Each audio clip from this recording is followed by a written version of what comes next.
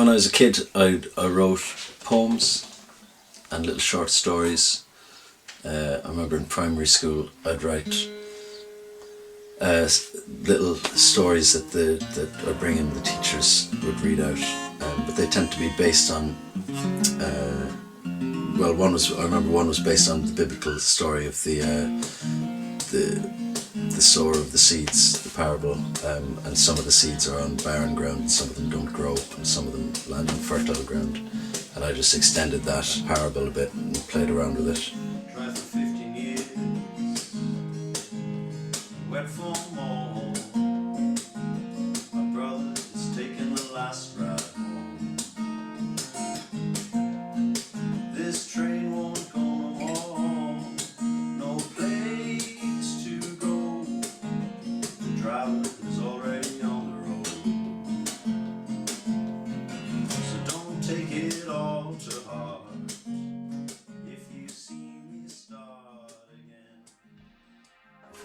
What I do when I'm writing is I'll see a person in a situation and then try and get into their head, rather than kind of seeing a big long narrative and saying, right, I've got to figure out, trying to picture the narrative, how it goes.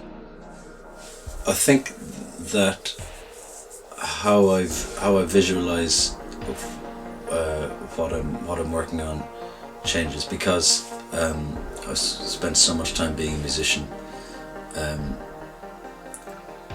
In that sense, it's music, but sometimes it's like almost colours.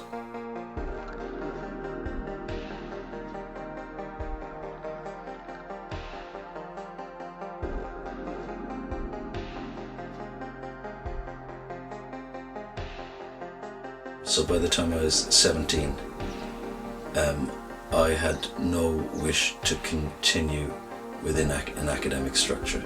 So it was a case of, get a job in a bar or take the guitar and go out and just try and make money with the guitar and singing. Because I'd been busking for a few years before that. So the easiest thing to do, the thing that took the least amount of discipline, I guess, was to pick up the guitar and go out on the street and play it. Unfortunately, just doing that, I ended up meeting people and landing on my feet quite a few times. Since then, I've never considered doing anything that didn't involve me being creative, if you just don't give yourself a choice. There's something really nice about going to a place and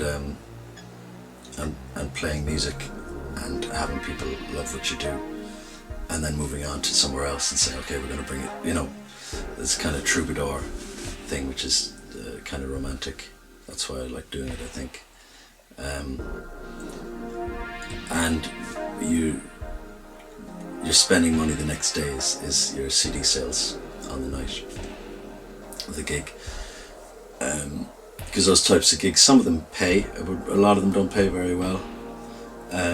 When you're not, an established name in the town or whatever, there's no guarantee anybody's going to come to see you. So you are depending on CD sales. So every night you're trying to really invest a lot in the performance so that the people there want to take a bit of you away.